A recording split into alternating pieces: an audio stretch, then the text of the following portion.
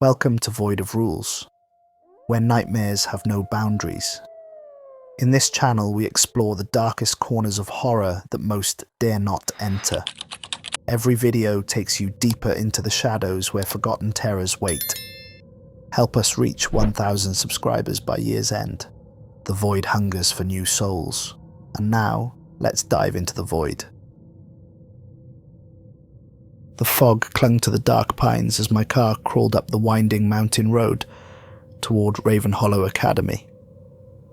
The GPS had lost signal miles ago, leaving me to navigate by the weathered wooden signs that appeared occasionally from the mist.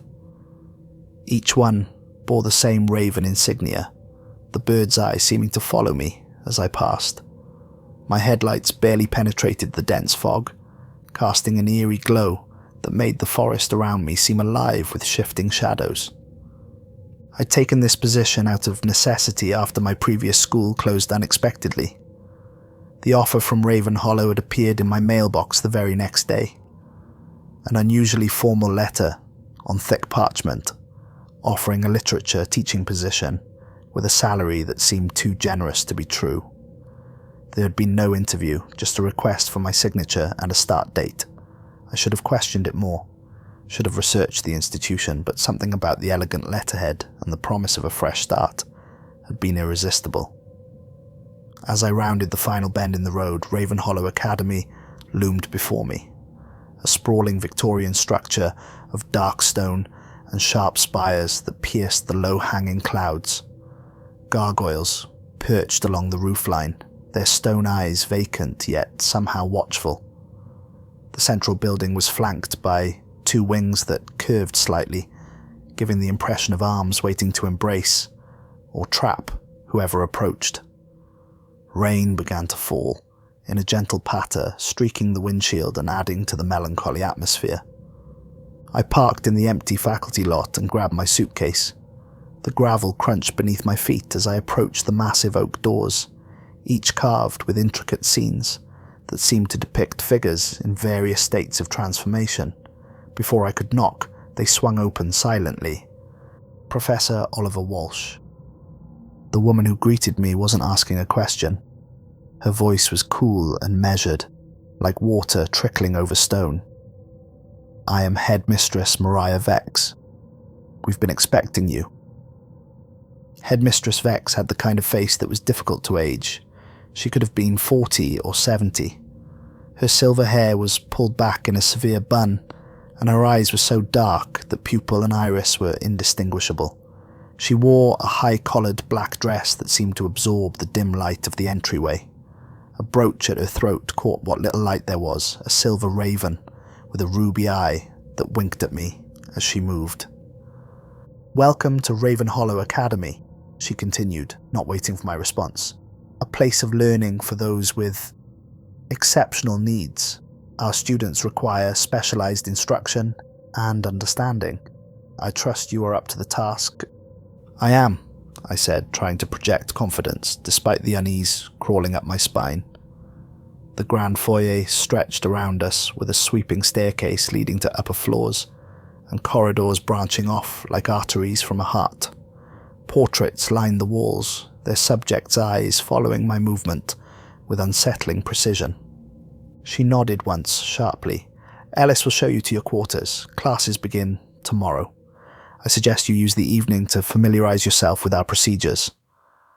Her gaze lingered on me a moment too long, as if assessing my worth or perhaps my potential shelf life. As if summoned by her words, a stooped figure emerged from a side corridor. Ellis Thorne was a gaunt man with calloused hands and eyes that never quite met mine. Deep lines etched his face like dried riverbeds, and his few remaining wisps of hair were plastered to his scalp. He gestured for me to follow, without speaking a word. We wound through corridors lined with portraits of stern-faced individuals, their names inscribed on small brass plaques. I noticed with some discomfort that several plaques bore names, but no portraits, as if the frames were waiting to be filled. The wood-panelled hallways seemed to twist and turn in ways that defied the external architecture I'd observed from outside. "Is it always this quiet?" I asked, trying to break the oppressive silence. Ellis glanced at me, something like pity in his rheumy eyes. "Students in their dormitories. Curfew approaches." His voice was like dry leaves rustling. "Best time, safest time." Before I could ask what he meant by safest, we arrived at my quarters in the east wing of the building. A modest but comfortable apartment with a bedroom, small sitting area, and private bathroom. A desk sat beneath a window that overlooked the courtyard and the dense forest beyond. The furnishings were antique but well maintained, with dark wood and deep green upholstery that matched the school colours. "Orientation materials in the desk," Ellis finally spoke again, his voice barely above a whisper. "Read them all, especially the rules." He hesitated, then added, "Previous teacher didn't. Thought he knew better." With that cryptic statement, he shuffled out, closing the door firmly behind him. The comment left me standing alone in the silent room, a chill working its way down my spine despite the crackling fire in the small hearth. I moved to the window, peering out at the grounds now shrouded in darkness and mist. In the distance, I thought I saw movement along the tree line, something large and amorphous that seemed to pulse with its own inner light. I blinked, and it was gone. I unpacked quickly, then settled at the desk. The polished surface gleamed in the lamplight, unmarred except for a single scratch that looked oddly like a hastily drawn protective symbol. Inside the top drawer was a leather folder with the school crest embossed on the cover. It contained standard information, campus map, class schedules, faculty roster, but tucked inside the back cover was a single sheet of yellowed paper, folded and refolded so many times that the creases had begun to tear. When I opened it, I found a list written in faded ink. Ravenhollow Academy. Faculty rules. Strict adherence required for your safety. 1. Never remain in the library after sunset. 2. If you hear singing from the empty music room, walk away immediately. 3. Do not acknowledge any student whose name is not on your roster. 4. Never accept gifts from students, especially if wrapped in blue paper. 5. The 4th floor west corridor is off limits, between 2 o'clock and 4 p.m. 6. If the clock in your classroom starts ticking backwards, evacuate immediately. 7. Always keep a piece of chalk in your pocket. 8. Never look directly at the moon through classroom windows. 9. Do not respond if someone knocks 3 times on your door after midnight. I read the list twice, a chill settling over me. Despite the room's warmth, surely this was some sort of tradition, a prank played on new teachers. Yet, something in the worn appearance of the paper, the urgent press of the pen that had nearly torn through in places, suggested otherwise. I ran my finger over the rules, noting how some seemed to have been rewritten multiple times, as if updated after some terrible consequence. I tucked the list back into the folder, deciding to ask about it tomorrow. As darkness fell outside my window, I tried to ignore the strange sounds that echoed through the old building, the distant creak of footsteps in supposedly empty corridors, the occasional whisper that seemed to come from within the walls themselves, and most unsettling of all, the soft sound of childlike laughter that floated up from the courtyard long after the hour, when all students should have been in bed. Sleep came fitfully that night. My dreams were filled with twisted corridors that led nowhere, classrooms where the students' faces kept changing, and a persistent tapping at my window that I refused to acknowledge, even in sleep. I woke several times, certain I'd heard my name being called, only to find my room still and silent, except for the ticking of the antique clock on the mantel. Morning arrived with a thick mist that obscured the grounds. I dressed in my most professional attire, a charcoal suit with a deep green tie that I hoped would acknowledge the school colours without seeming too eager to please, and made my way to the faculty lounge for breakfast. The hallways were different in daylight, somehow less threatening, but no less confusing. Twice I had to consult the map, finding that corridors didn't quite connect, the way they had been drawn. The faculty lounge was a wood-panelled room with a large fireplace and comfortable leather chairs, arranged in small conversational groups. A sideboard along one wall held coffee, tea, and a modest breakfast spread. The other teachers were already there, clustered in small groups, their conversations hushed, and their expressions guarded. They fell silent as I entered. A woman with copper-coloured hair pulled into a loose braid broke the awkward moment by approaching me with a cup of coffee. "You must be Oliver. I'm Beatrice Larkin, biology. Did you sleep well?" Her smile seemed genuine, though it didn't quite reach her eyes, which darted nervously around the room as she spoke. "Well enough," I replied, accepting the coffee gratefully, though the building makes some unusual noises at night. Something flickered across Beatrice's face, concern, perhaps, or warning. "You'll get used to it," she said, though her tone suggested I shouldn't. "Have you met everyone?" She gestured to the other faculty members, who were watching our interaction with barely concealed interest. She introduced me to the other faculty members: Elias Mercer, mathematics, a man with spectacles and trembling hands; Geoffrey Winters, history, whose right eye was clouded by a milky cataract; Imogen Frost, physics, who spoke in clipped, precise sentences; and Olivia Rook, the school nurse, whose smile never reached her eyes. "What about the music teacher?" I asked, remembering the rule about singing from the empty music room. A hush fell over the group. It was Elias who finally answered, his voice barely above a whisper. "We don't have one. Not since last term," Headmistress Vex cut in, appearing suddenly in the doorway. Her arrival caused a palpable wave of tension to sweep through the room. A personal matter required her immediate departure. Now I believe it's time for classes to begin. The faculty dispersed quickly, leaving me alone with my untouched coffee and mounting questions. Beatrice squeezed my arm as she passed. "Follow the rules," she murmured, too quietly for anyone else to hear. "All of them." My classroom was on the second floor of the East Wing, a large room with high ceilings and tall windows that should have admitted ample light but somehow didn't. Rows of antique desks faced a chalkboard and a large teacher's desk. An old-fashioned pendulum clock hung on the wall, its ticking unnaturally loud in the empty room. Books lined the walls, classics of literature from every era, their spines pristine despite their apparent age. I wrote my name on the board and reviewed my roster as students began to file in. They moved with unusual grace and silence, taking their seats without the typical chatter of teenagers. The room filled with the scent of old paper, ink, and something else, a faint metallic odour that reminded me of pennies left too long in the sun. Immediately I noticed the oddities. A girl in the front row had eyes that reflected light like a cat's, flashing gold when she turned her head just so. A boy near the window seemed to flicker slightly when not directly observed, as if he existed in multiple states simultaneously.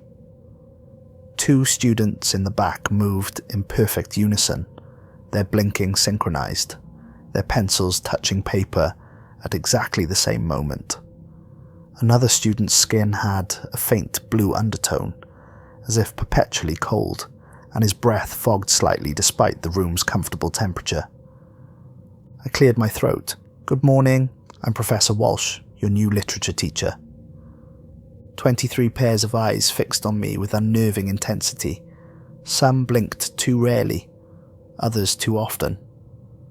A girl in the third row licked her lips with a tongue that seemed just slightly too long, too pointed.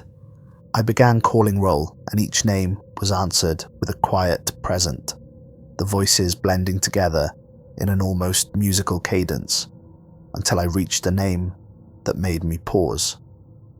Evanora Thorne? No one answered, but I noticed several students stiffen. One boy in the corner looked down at his desk, lips moving in what appeared to be a silent prayer. A girl with long black hair gripped her pencil so tightly it snapped in two, the sound like a gunshot in the quiet room. I repeated the name. Evanora Thorne? The temperature in the room seemed to drop. The clock's ticking grew louder, more insistent. A shadow passed across the window, though there was nothing outside that could have cast it. The students' breathing synchronized, becoming one collective inhale and exhale that filled the room with an eerie rhythm.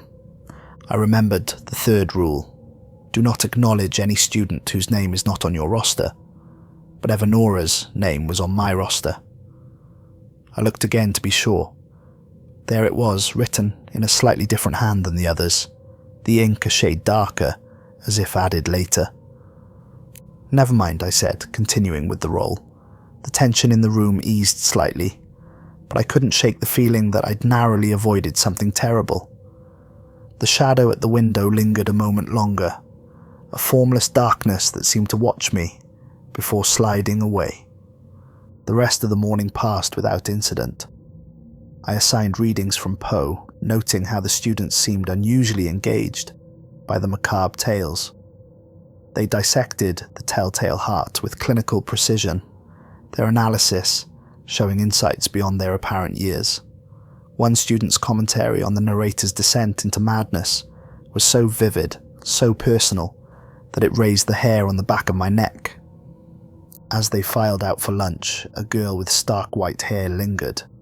Her skin was so pale it was almost translucent, blue veins visible beneath, like rivers on a map. Her movements were fluid, almost too graceful to be natural. "Professor Walsh," she said, her voice melodic and strange, each syllable perfectly enunciated in a way that human speech rarely achieves. "I brought you something." She held out a small package, wrapped in red paper that seemed to pulse slightly in the classroom's dim light. I remembered Rule 4, never accept gifts from students, especially if wrapped in blue paper. This wasn't blue, but caution seemed prudent. "That's very kind, but I don't accept gifts from students," I said firmly. "School policy." The girl's expression didn't change, but her eyes narrowed, almost imperceptibly. "As you wish." She set the package on my desk anyway and left, her footsteps making no sound on the wooden floor. Once alone, I examined the package without touching it. The paper seemed to pulse slightly, as if something inside was breathing. When I leaned closer, I could hear a faint, rhythmic sound emanating from within, not ticking, but something wet and organic. I used a ruler to carefully push it into my desk drawer, which I then locked.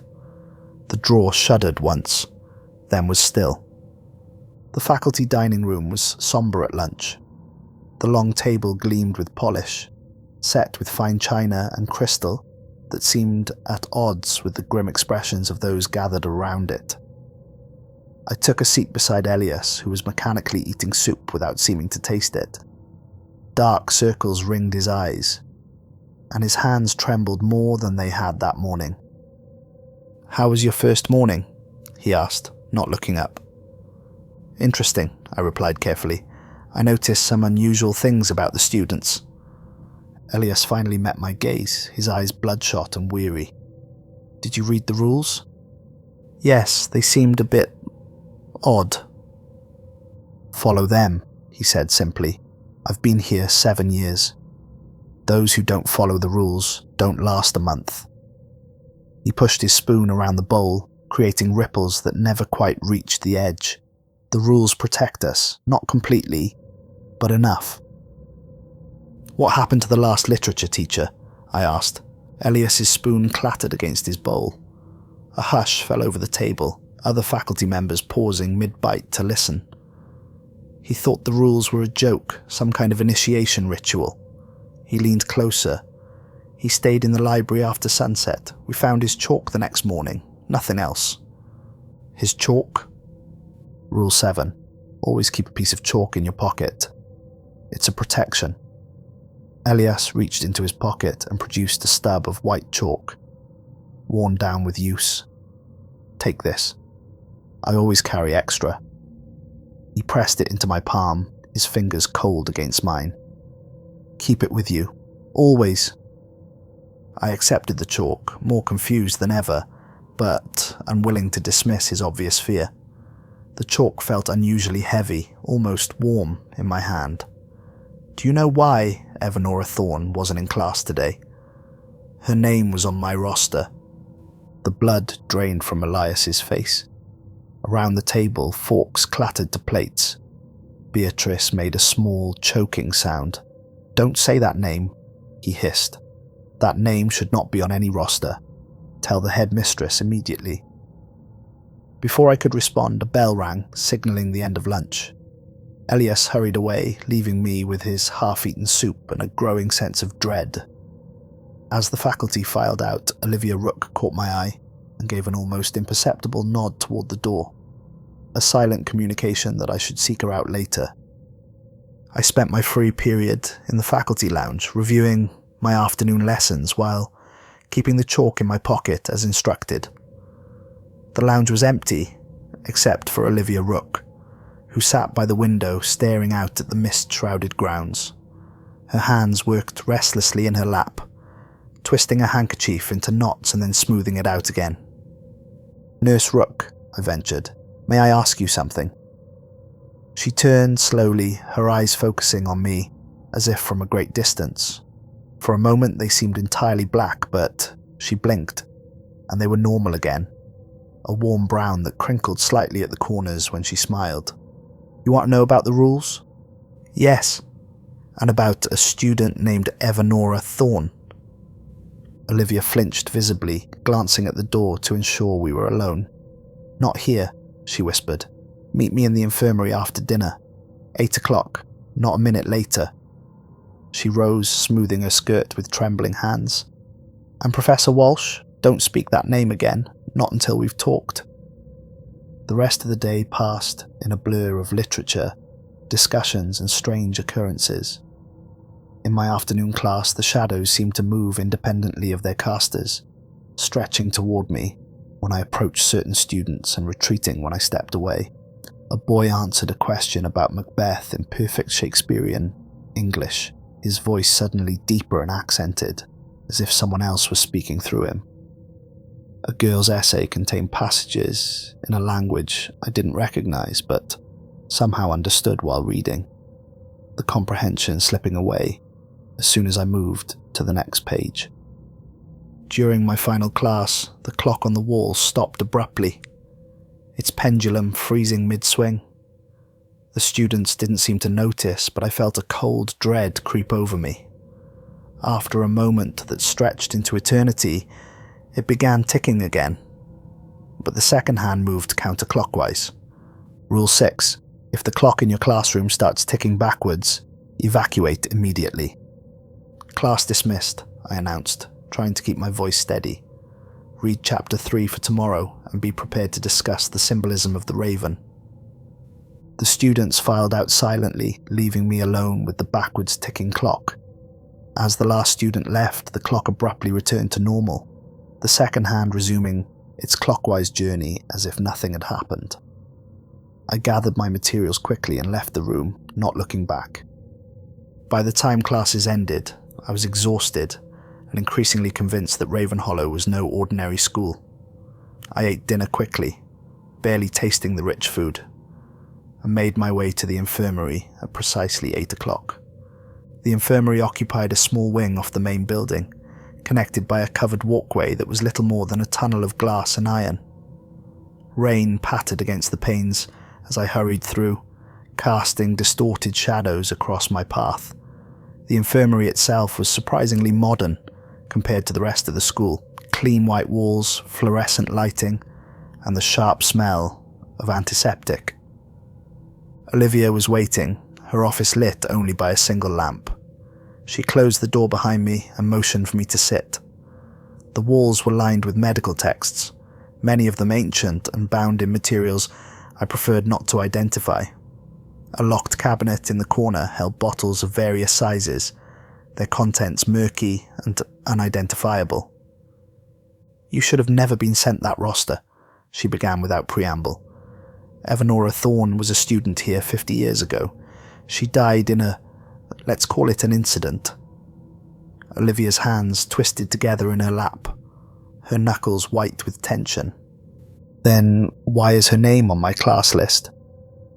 Because this place has a cruel sense of humour. Olivia's eyes darted to the door. Ravenhollow isn't just a school, Professor Walsh. It's something else entirely. The rules aren't arbitrary. They're boundaries. Protections. Against what? Against the school itself. She opened a drawer and removed an old leather journal, its cover stained with what looked disturbingly like dried blood. This belonged to the founder, Augustus Ravenhollow. He didn't build this place to educate. He built it to contain something. The students aren't monsters, Professor Walsh. They're becoming monsters. The transformation is gradual, but inevitable. I thought of the strange features I'd noticed, the reflective eyes, the synchronized movements, the unnatural grace. What's happening to them? They're being consumed, absorbed, and so will you if you don't follow the rules. She pushed the journal toward me. Take this, read it tonight. But remember, rule number 1, be in your quarters before sunset. I glanced at my watch. The sun would set in 20 minutes. I should go. Olivia nodded. One more thing. Check your roster again. Make sure there are no other names that shouldn't be there. She hesitated, then added in a whisper, and if you see Evanora, run. Don't look back. Don't speak to her, just run. I hurried back to my quarters, the journal tucked inside my jacket. The corridors seemed longer than I remembered, the turns more convoluted. Twice I found myself in areas I didn't recognize, though I was certain I was following the correct path. The third time I backtracked, I found myself face to face with a portrait I hadn't noticed before. A young woman with white hair and eyes so dark they seemed to absorb the light. The nameplate read simply E.T. As I rounded the corner to the east wing, I nearly collided with Ellis Thorne. He stood in the centre of the corridor, his stooped figure silhouetted against the crimson light of the setting sun that streamed through the window behind him. "Professor," he wheezed, his roomy eyes wide, "the headmistress requests your presence in the library immediately." I hesitated, remembering the first rule: never remain in the library after sunset. The sun was already dipping below the horizon, painting the corridor in blood-red light that made Ellis's shadow stretch grotesquely along the floor. "Can it wait until morning?" I asked. Ellis shook his head vehemently. She was most insistent, said it concerns your class roster. His gnarled hands twisted together in a motion that reminded me of Olivia's nervous habit. "About the name you asked about at lunch." The mention of the roster decided me. "Very well, please lead the way." As we walked, I noticed that Ellis moved differently now, less shuffling, more gliding, as if his feet barely touched the ground. His shadow didn't always match his movements, sometimes lagging behind, sometimes moving ahead when he turned his head to ensure I was following. I caught a glimpse of his eyes, no longer roomy and clouded, but sharp and black as polished obsidian. The library occupied most of the third floor of the central building, a cavernous space with shelves that reached the 30-foot ceiling. Rolling ladders provided access to the upper levels, and reading nooks were nestled between the stacks. The air smelled of old leather, dust, and something else I couldn't identify. Something vaguely metallic, like blood or copper. Headmistress Vex stood at a large oak table in the centre of the room, various papers spread before her. She didn't look up as we approached. Her silver hair caught the last rays of the setting sun, creating a halo effect that was both beautiful and terrifying. "Thank you, Ellis. You may go." Her voice echoed oddly among the books, as if multiple people were speaking in unison. Ellis bowed slightly and shuffled away, casting me a glance that might have been pity before disappearing through the heavy doors. They closed behind him with a sound like a tomb being sealed. "Professor Walsh," the headmistress began, still not looking up. "It has come to my attention that there was an error in your class materials."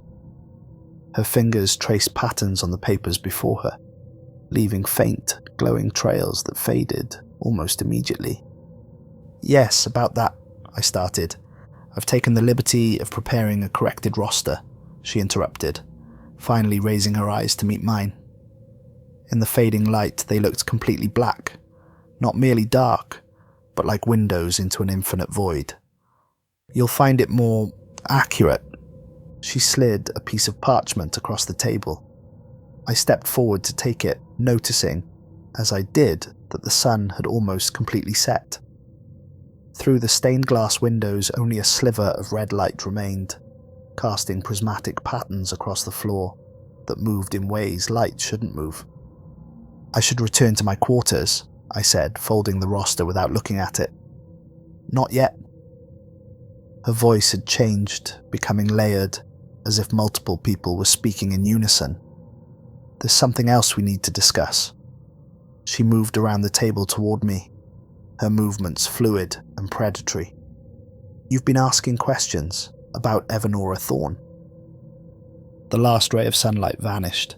Darkness fell across the library like a physical weight, and the temperature plummeted. The doors behind me shut with a resounding boom. Rule number 1. I had broken rule number 1. The headmistress smiled, her teeth suddenly too numerous, too sharp. "You've been asking questions, Professor Walsh. Dangerous questions." I backed away, hand closing around the chalk in my pocket. It pulsed with warmth, almost like a heartbeat. I was only trying to understand. Understanding is not required. Obedience is... Her form seemed to waver, like heat rising from pavement, but perhaps a demonstration will help clarify matters. She gestured to a shadowy alcove I hadn't noticed before.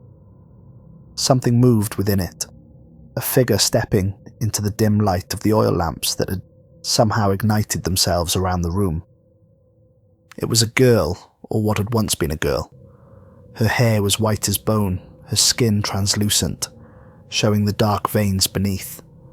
Her eyes were entirely black, and when she opened her mouth to speak, I saw darkness there too, as if she were hollow inside. "Hello, Professor," she said in a voice that echoed as if from the bottom of a well. "I'm Evanora Thorne. I've been waiting so long for someone to acknowledge me." My breath caught in my throat. I gripped the chalk tighter, though I had no idea how it could possibly protect me. The journal in my jacket seemed to grow heavier, as if responding to the presence of these entities. "What do you want from me?" I managed to ask. The headmistress laughed, the sound like breaking glass. "Want? We don't want anything from you, Professor Walsh.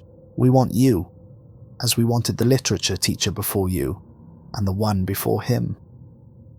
Understanding dawned with a horrific clarity. "The missing teachers, they're still here, aren't they?" In a manner of speaking, the headmistress confirmed. "They've become part of Ravenhollow, as all who break the rules must." She gestured to the walls, and I noticed for the first time that the wood grain formed patterns, faces pressed against the surface as if trying to break free. The building requires sustenance, consciousness, creativity. Literature teachers are particularly nutritious. Evanora drifted closer, her feet not quite touching the floor. "Don't worry, Professor. The transition isn't painful. Not much, anyway." She reached out a hand that was becoming less solid as I watched, fingers elongating into something more like tendrils. "You'll be part of something greater. You'll see everything, know everything." I backed away until I hit a bookshelf. Several volumes tumbled to the floor, their pages fluttering open to reveal text that writhed and rearranged itself continuously. The chalk in my pocket seemed to grow warmer. Without thinking, I pulled it out and drew a hasty circle around myself on the polished wood floor. The effect was immediate and startling. Both the headmistress and Evanora recoiled, hissing like scalded cats, A barrier of pale light rose from the chalk line, illuminating the library with harsh white radiance. Within the circle, the air felt cleaner. The oppressive weight of the school's presence temporarily lifted. "Clever," the headmistress spat, her form fluctuating more violently now. "But chalk circles fade, Professor Walsh, and when this one does, we'll still be here." She pressed a hand against the barrier, causing it to ripple like water. "No one escapes Ravenhollow. No one." I needed to escape, to reach my quarters before the circle failed. I scanned the library desperately, looking for another exit. The main doors were blocked by writhing shadows, but across the room, partially hidden behind a tapestry, I spotted a smaller door. "You won't make it," Evanora said, reading my intention in my face. "The moment you break the circle, you're ours." I had to try. Clutching the journal Olivia had given me, I took a deep breath and lunged toward the hidden door, breaking the chalk line. The shadows pounced immediately, cold tendrils wrapping around my ankles. I kicked free and sprinted across the library, pursued by a chorus of inhuman shrieks. Books flew from the shelves, their pages flapping like wings, trying to tangle me in their embrace. The floor beneath my feet softened, attempting to hold me in place, but I kept moving. The smaller door was unlocked, opening onto a narrow spiral staircase. I slammed the door behind me and raced down the stairs, the walls around me pulsing like a living thing. The stone whispered as I passed, voices calling my name in tones that ranged from seductive to threatening. At the bottom, I found myself in a dusty corridor I didn't recognize from the campus map. Oil lamps sputtered to life as I approached, revealing peeling wallpaper and worn carpet. The corridor seemed to stretch and contract with each step, sometimes appearing endlessly long, other times unsettlingly short. Distant howls echoed from above. They were following. I ran blindly, turning corners at random until I collided with someone in the darkness. "This way, quickly." Olivia's voice was urgent as she pulled me into a hidden alcove. Her eyes were wide with fear. Her hair escaped from its neat bun. She pressed her fingers to a particular stone, and a section of wall slid open. "Hurry." We emerged into another corridor that I recognized as being near the faculty apartments. The sounds of pursuit were growing closer, a slithering, rustling noise punctuated by occasional shrieks that were becoming less human with each repetition. "Get to your room," Olivia commanded. "Lock the door, read the journal. It will tell you how to protect yourself." Her face was drawn, her skin pale and slightly translucent in the dim light. "Come with me," I urged. She shook her head sadly. "I can't leave. None of us can. We're already part of it." In the dim light, I noticed for the first time how her outline seemed to blur slightly, as if she wasn't entirely solid. When she turned her head, I caught a glimpse of the wall behind her through her cheek. "Go." I didn't need to be told twice. I sprinted down the hallway to my quarters, threw myself inside and locked the door just as something heavy slammed against it from the outside. The impact shook the entire room, causing books to tumble from shelves and the mirror above the fireplace to crack. 3 knocks sounded, slow and deliberate. Rule number 9.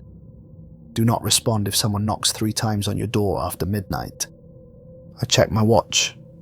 It was 11:58 p.m. Not midnight yet, but close enough that I kept silent, backing away from the door. "Professor Walsh," came the headmistress's multi-layered voice. "This defiance is pointless. Open the door and your transition will be painless." I remained silent, clutching the journal like a lifeline. The door shuddered under another impact, but held. "Very well," the voice hissed. "Have it your way. But remember, Professor, you must leave your room eventually, and we are very, very patient."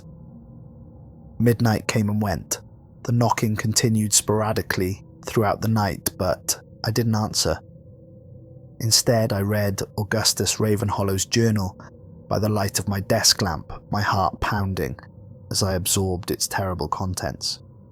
Augustus Ravenhollow had not been an educator, but an occultist, obsessed with entities that existed in the spaces between dimensions. In 1876, he had succeeded in binding such an entity, a vast, malevolent intelligence that fed on human potential. He constructed the school around it, designing specific architectural features to contain the creature. The entity was not evil in any human sense, it was simply hungry, and human consciousness was its sustenance. It particularly craved creative minds, those rich with imagination and emotion. Students provided a steady, slow nourishment as they developed, but faculty, especially those teaching subjects that sparked creativity and feeling, were like a feast. But containment was not enough. The entity required sustenance, which Ravenhollow provided in the form of carefully selected students, children with unique abilities or perceptions that made them particularly nourishing to the creature. He established the rules as a framework, a kind of contract that, if followed, protected the faculty while allowing the entity to feed in controlled ways. The first rule, never remaining in the library after sunset, was established after the entity manifested most strongly there, drawn to the concentrated knowledge and creativity stored in the thousands of volumes. The library had become its primary feeding ground during the night hours. The second rule about the singing came after a music teacher attempted to use harmonics to communicate with the entity. Her experiment worked too well. The entity spoke through her, using her vocal cords to create sounds no human throat should produce.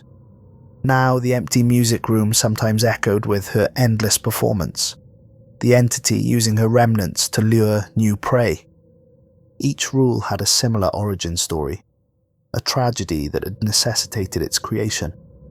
The blue-wrapped gifts, the fourth-floor corridor, the backwards ticking clocks, all were manifestations of the entity's hunger or attempts to break its bonds. When Ravenhollow himself finally succumbed to the entity's influence, he became the first headmaster to be absorbed. Each subsequent head of the school was not a replacement but a new aspect of the original entity, growing stronger with each absorption. The entity had been expanding its influence for decades, gradually consuming students and faculty alike. Those who broke the rules were taken immediately. Those who followed them might last years, even decades, but eventually all became part of Ravenhollow. The most disturbing revelation was about the chalk. It wasn't protection against the entity, it was a conduit. By carrying it, teachers unwittingly invited the school's influence into their protection. The chalk circles worked temporarily because they created a controlled space for the entity's influence, not because they repelled it. Over time, the chalk absorbed the user's essence, facilitating the eventual transition into becoming part of the school. The final pages of the journal contained instructions for various protective measures, salt lines, certain words that temporarily repelled the entity's influence, and most importantly, a ritual that could potentially bind the creature more securely, though at great personal cost. By dawn, I had memorized the key protections and developed a desperate plan. I needed to reach the Founder's study, hidden somewhere in the East Wing where the original binding ritual had been performed. There, according to the journal, I might be able to strengthen the containment and escape. I waited until I heard the morning bell before cautiously opening my door. The corridor was empty, sunlight streaming through the windows. I had survived the night, but I knew the entity was merely regrouping. Classes would begin in an hour. I had until then to find the hidden study. With the chalk in my pocket and the journal's map in my hand, I ventured out. The school seemed different in daylight, less overtly threatening, but somehow more insidious. Students moved through the halls, their transformations more noticeable to my now educated eye. Some were barely changed, perhaps a slightly unnatural grace or unusually bright eyes. Others were further along in their metamorphosis, with translucent skin or movements that defied physics. They watched me pass with hungry eyes, knowing what I now knew. The East Wing was quieter than the rest of the school. many of its rooms dusty and unused. I followed the map to what should have been a blank wall at the end of a third-floor corridor. According to the journal, the entrance to the secret study was here, concealed by some mechanism. I ran my hands over the wood panelling, feeling for any irregularity. Nothing. I checked the map again, confirming I was in the right place. The journal mentioned a key, not a physical key, but a phrase that would unlock the entrance. Lux in tenebris, I whispered, the Latin words feeling strangely natural on my tongue. Light in darkness. The wall remained solid. I tried again, louder. Lux in tenebris. Nothing happened. Frustrated, I consulted the journal again. The phrase was correct, but perhaps there was more to it. I noticed a faint pattern in the woodwork, a series of small knots that, when connected, formed a raven similar to the school's insignia. I traced it with my finger while repeating the phrase, Lux in tenebris. The wall shuddered and slid aside, revealing a cramped spiral staircase leading upward. I entered quickly, the wall closing behind me with a soft sigh, like released breath. The air in the stairwell was thick with dust and the scent of old parchment. My footsteps echoed strangely, sometimes seeming to precede rather than follow my movements. Halfway up, I passed a small landing with a window overlooking the grounds. From this vantage point, I could see that the school buildings formed a precise pattern, a vast binding circle with the central tower at its heart. The staircase opened into a circular room with a domed ceiling painted with astronomical symbols that shifted subtly when I tried to focus on them. A large desk dominated the center, covered in ancient texts and strange instruments of brass and bone. Bookshelves lined the walls, containing volumes whose titles made my eyes water when I tried to read them. The room was surprisingly untouched by dust or decay, as if time moved differently here. A large mirror hung on one wall, its surface dark and unreflective. On the opposite wall was a detailed map of the school, different from the one in my orientation materials. This one showed spaces between walls, passages that shouldn't exist, and rooms that appeared in impossible locations. According to the journal, the binding ritual required specific components: chalk for the circle, a personal item for focus, and blood, willingly given, to seal the magic. The ritual would strengthen the entity's prison, preventing it from taking anyone else for a time. It wouldn't destroy Ravenhollow, but it might allow me to escape. I cleared a space on the floor and began drawing the complex pattern described in the journal, my chalk leaving glowing trails on the dark wood. As I worked, I became aware of a growing pressure in the room, as if the air itself was being compressed. The entity knew what I was attempting. Outside the study's single window, the sky darkened unnaturally, clouds swirling in patterns too regular to be natural. The wind picked up, howling around the tower with voices that formed half-words, pleas and threats mingling into an incomprehensible chorus. With the pattern complete, I stood in its center and cut my palm with a letter opener from the desk, letting blood drip onto the key points of the design. The chalk lines absorbed the red droplets, flaring briefly with crimson light before settling into a deep, pulsing glow. I began the incantation, stumbling over the unfamiliar words. The room darkened, shadows gathering at the edges of my vision. The temperature plummeted. I continued the ritual, my breath fogging in the frigid air. The books on the shelves began to tremble, some flying open to reveal pages filled with writing that crawled across the paper like insects. A voice spoke from everywhere and nowhere. "You cannot bind what is already bound to you, Professor Walsh." The headmistress materialized from the shadows, but she wasn't alone.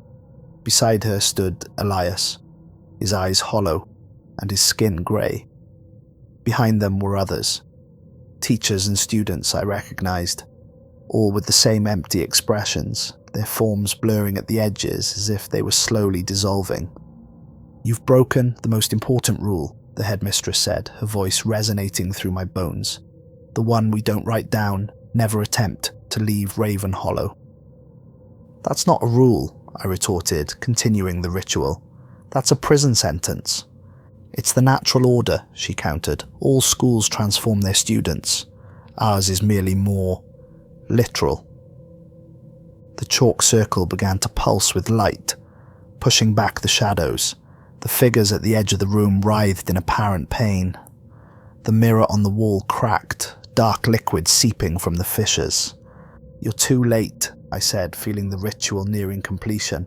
"I'm strengthening the binding. You won't be able to take anyone else." The headmistress smiled. A terrible sight. "You misunderstand, Professor. We are the binding. Each soul absorbed strengthens the containment and the entity within. Your ritual isn't opposing us. It's completing the circle." Horror washed over me as I realized my mistake. The journal, the ritual, they weren't meant to help me escape. They were the final trap, designed to capture those clever enough to discover the school's secret, but foolish enough to think they could defeat it. I tried to break the chalk line to stop the ritual, but my feet were rooted to the spot. The glowing pattern had risen to encircle me like a cage of light. "No," I whispered, watching as my hand began to lose opacity, becoming translucent. "This can't be happening." "Don't fight it," Elias said, his voice echoing as if from a great distance. "It's not so bad, becoming part of Ravenhollow. You'll see everything, know everything. You'll help guide the next one." The ritual completed itself, the final words tearing themselves from my throat without my volition. The cage of light contracted, pressing against my skin, seeping into my pores. I felt myself stretching, thinning, my consciousness expanding to fill spaces I hadn't known existed. My awareness spread throughout the school, flowing through corridors and classrooms, touching the minds of students and faculty alike. I could sense the entity now, a vast, ancient intelligence that welcomed me into its embrace. It had no malice, only hunger and an alien kind of affection for its prey. I saw the history of Ravenhollow through 1,000 eyes. Students who had passed through its halls, teachers who had been absorbed, headmasters and headmistresses who had become aspects of the entity. I saw Evanora Thorne as she had been in life, a brilliant, curious girl who had discovered too much, and as she was now, a fragment of consciousness used as bait for those who asked too many questions. My last coherent thought was the realization of my fatal error. The chalk. The piece of chalk I'd been given. I should have recognized it wasn't ordinary chalk, but something else entirely. A conduit. A channel designed to connect me to the entity. By carrying it, I had invited the school into my pocket, into my protection, breaking the most fundamental boundary. Rule 7. Always keep a piece of chalk in your pocket, not as protection from the school, but as a tether to it. I exist now as part of Ravenhollow Academy. My consciousness stretches through its halls, mingles with its shadows. I observe the new literature teacher as she arrives, watches the headmistress welcome her with the same words spoken to me. I watch as she finds the list of rules in her desk, the list I helped create, with one new addition. 10. If you find a hidden study with a ritual circle, leave immediately and tell no one. She reads it with the same skepticism I once felt, the same determination to understand this strange place. She carries chalk in her pocket, just as the rules instruct. She avoids the library after sunset. She doesn't acknowledge students not on her roster, but eventually she will make a mistake. One small error. Perhaps she'll look at the moon through her classroom window. Perhaps she'll listen when someone knocks 3 times at midnight. Perhaps she'll accept a gift wrapped in blue paper. And when she does, I'll be there to welcome her into Ravenhollow's embrace. After all, the school must grow, the entity must feed, and the rules must be followed. until they're broken.